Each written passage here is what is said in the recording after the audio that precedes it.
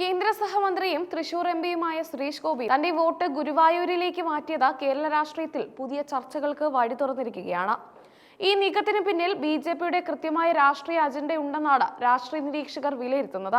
ലോക്സഭാ തിരഞ്ഞെടുപ്പിൽ തൃശൂർ പിടിച്ചെടുത്ത ആത്മവിശ്വാസത്തിൽ വരാനിരിക്കുന്ന നിയമസഭാ തിരഞ്ഞെടുപ്പുകളിൽ ഗുരുവായൂർ മണ്ഡലത്തിൽ സുരേഷ് ഗോപിയെ മുൻനിർത്തി അട്ടിമറി വിജയം നേടാനാണ് ബി.ജെ.പി ലക്ഷ്യമിടുന്നത്. നിലവിൽ തൃശൂർ എംപിയായ സുരേഷ് ഗോപിയുടെ കാലാവധി 2029 അവസാനിക്കുന്നത്. 2031 നടക്കുന്ന നിയമസഭാ തിരഞ്ഞെടുപ്പിൽ സുരേഷ് ഗോപിയെ ഗുരുവായൂരിൽ സ്ഥാനാർത്ഥിയാക്കാനാണ് പാർട്ടി ആലോചിക്കുന്നത്. ക്ഷേത്ര നഗരിയായ ഗുരുവായൂരിൽ സുരേഷ് ഗോപിക്ക് വലിയ സ്വാധീനമുണ്ട്. അദ്ദേഹത്തിന്റെ ഭക്തിയും ഗുരുവായൂരപ്പനോടുള്ള അടുപ്പവും വോട്ടർമാരെ സ്വാധീനിക്കുമെന്ന് ബി.ജെ.പി കണക്ക് കൂട്ടുന്നു. ഇതിന്റെ ആദ്യപടിയായാണ് വോട്ട് മാറ്റിയതെന്നാണ് റിപ്പോർട്ടുകൾ. ഗുരുവായൂർ മുനിസിപ്പാലിറ്റിയിലെ 697 നമ്പർ വോട്ടറായാണ് സുരേഷ് ഗോപി ഇപ്പോൾ പേര് ചേർത്തിരിക്കുന്നത്.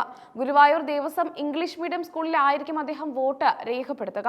നേരത്തെ തിരുവനന്തപുരത്ത് വോട്ടുണ്ടായിരുന്ന അദ്ദേഹം ലോക്സഭാ തിരഞ്ഞെടുപ്പിന് മുന്നോടിയായി തൃശൂരിലേക്ക് വോട്ട് മാറ്റിയിരുന്നു. ഇപ്പോൾ വീണ്ടും ഗുരുവായൂരിലേക്ക് വോട്ട് മാറ്റുന്നത് കൃത്യമായ ഭൂമിശാസ്ത്രപരമായ രാഷ്ട്രീയ നീക്കമായി കരുതപ്പെടുന്നു.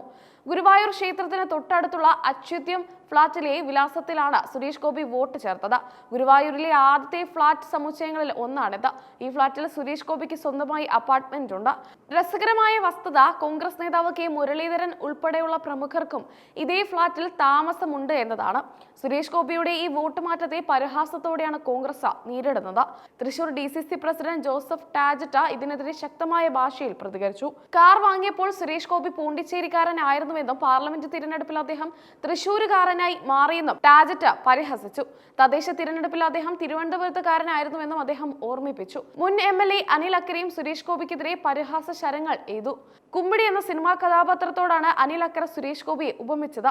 ഓരോ തിരഞ്ഞെടുപ്പ് വരുമ്പോഴും വോട്ട് മാറുന്ന സുരേഷ് ഗോപിയുടെ രീതി അദ്ദേഹം ചോദ്യം ചെയ്തു. ഇത്തവണ കുടുംബസമേതമല്ല, ഒറ്റയ്ക്കാണ് വോട്ട് മാറ്റിയതെന്നും അനിൽ അക്കര സമൂഹ മാധ്യമങ്ങളിലൂടെ കുറിച്ചു. ബി.ജെ.പിയെ സംബന്ധിച്ചിടത്തോളം ഗുരുവായൂർ ഒരു അഭിമാന മണ്ഡലമാണ്. തൃശൂർ ജില്ലയിലെ ബി.ജെ.പിയുടെ വളർച്ചയ്ക്ക് സുരേഷ് ഗോപിയുടെ സാന്നിധ്യം വലിയ കരുത്താണ് നൽകുന്നത്. നിയമസഭയിൽ ഒരു സീറ്റെങ്കിലും ഉറപ്പിക്കുക എന്ന ലക്ഷ്യത്തോടെയാണ് ബി.ജെ.പി കരുക്കൾ നീക്കുന്നത്. ഗുരുവായൂർ പോലുള്ള ഹൈന്ദവ വോട്ടുകൾക്ക് പ്രാധാന്യമുള്ള മണ്ഡലത്തിൽ സുരേഷ് ഗോപി വന്നാൽ വിജയം ഉറപ്പാണെന്ന് പാർട്ടി വിശ്വസിക്കുന്നു. സുരേഷ് ഗോപി തൃശൂരിലെ ജനങ്ങളെ നിരന്തരം നാണം കെടുത്തുകയാണെന്നാണ് കോൺഗ്രസ് ആരോപിക്കുന്നത്. ഒരു ജനപ്രതിനിധിക്ക് സ്ഥിരമായ ഒരു വിലാസം വേണമെന്നും അവർ വാദിക്കുന്നു. ബി.ജെ.പി നേതൃത്വം അദ്ദേഹത്തെ തിരുത്താൻ തയ്യാറാകണമെന്നാണ് ജോസഫ് ടാജറ്റിന്റെ ആവശ്യം. എന്നാൽ സുരേഷ് ഗോപിയുടെ വ്യക്തിപരമായ തീരുമാനമാണിതെന്നാണ് ബി.ജെ.പി കേന്ദ്രങ്ങൾ പറയുന്നത്. വരുന്ന നിയമസഭാ തിരഞ്ഞെടുപ്പിൽ ഗുരുവായൂർ മണ്ഡലത്തിൽ സുരേഷ് ഗോപി വോട്ട് ചെയ്യാനെത്തുമ്പോൾ അത് വലിയ രാഷ്ട്രീയ ചലനങ്ങൾ സൃഷ്ടിക്കും. തൃശൂരിന്റെ രാഷ്ട്രീയ ഭൂപടം മാറാൻ ഇത് കാരണമാകുമോ എന്ന് കണ്ടറിയണം. ഭരണപക്ഷമായ CPM-നും ഈ നീക്കം വലിയ വെല്ലുവിളിയാണ്. സുരേഷ് ഗോപിയുടെ ജനപ്രീതിയും ബി.ജെ.പിയുടെ സംഘടനാ ശക്തിയും ഒത്തുചേർന്നാൽ ഗുരുവായൂരിൽ ശക്തമായ ത്രികോണ മത്സരം ഉറപ്പാണ്. സുരേഷ് ഗോപിയുടെ വോട്ട് മാറ്റം കേവലം ഒരു സാങ്കേതിക നടപടിയല്ല, മറിച്ച് വലിയൊരു രാഷ്ട്രീയ യുദ്ധത്തിന്റെ തുടക്കമാണ്. വരും ദിവസങ്ങളിൽ കേരള രാഷ്ട്രീയത്തിൽ ഈ വോട്ട് മാറ്റം കൂടുതൽ ചർച്ചകൾക്ക് വഴിമരുന്നിടും.